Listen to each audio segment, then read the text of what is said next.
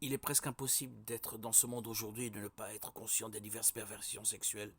Le contenu sexuel se multiplie sur divers sites. Il peut être assez difficile de protéger votre cœur.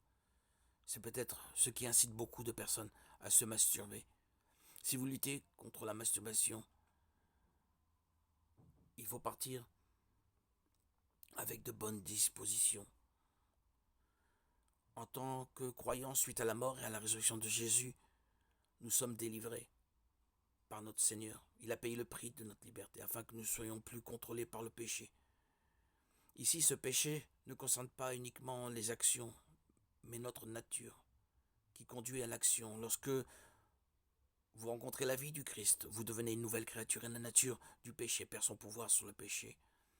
En fait, la Bible dit que celui qui est né de Dieu ne peut pas pécher. Vous avez perdu la nature du péché lorsque vous avez donné votre vie à Dieu parce que vous avez reçu son esprit. Cela signifie que votre être est totalement libéré du péché. Vous pouvez alors vous poser la question: pourquoi tombons-nous encore dans le péché alors que nous n'avons plus la nature du péché? En effet, même si votre esprit est entièrement créé par le salut, votre âme doit rattraper son retard. Vous vous rendez compte que lorsque vous avez reçu la vie du Christ, vous n'avez pas soudainement perdu la mémoire et votre esprit était toujours le même dans certains domaines. C'est pourquoi vous remarquez peut-être que vous êtes toujours sensible aux mêmes tentations auxquelles vous avez été confronté avant le salut. Nous devons nous associer activement à Dieu pour renouveler notre esprit. Nous faisons cela en étudiant la parole jusqu'à ce que nous réalisions que la parole de Dieu est notre vérité. Et cela transforme à son tour nos actions. Le processus permettant de surmonter toute dépendance ou habitude pécheresse se déroule à l'envers et non à l'extérieur. Lors d'un combat, l'action revient en fait à arracher des fruits au lieu de déraciner l'arbre qui cause une nuisance.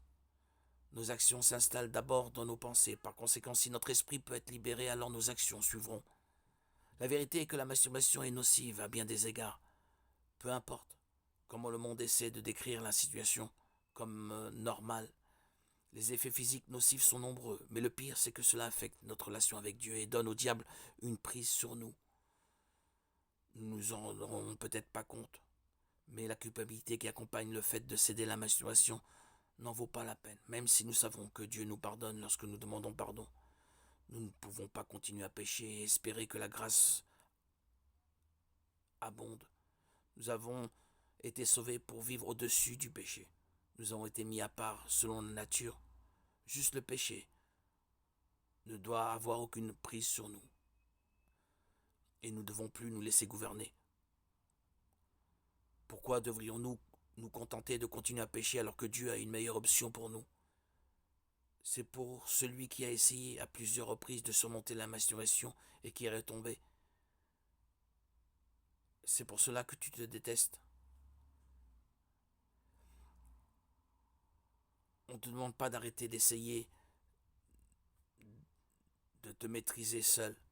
Demande plutôt à Dieu de l'aide et continue à croire la parole de Dieu. Tant que Dieu ne nous aura pas abandonnés, nous ne pourrons pas nous laisser enchaîner par le diable. Et nous serons définitivement libérés de la dépendance à la masturbation, même si cela prend du temps. Notre délivrance viendra de toute façon par la parole de Dieu.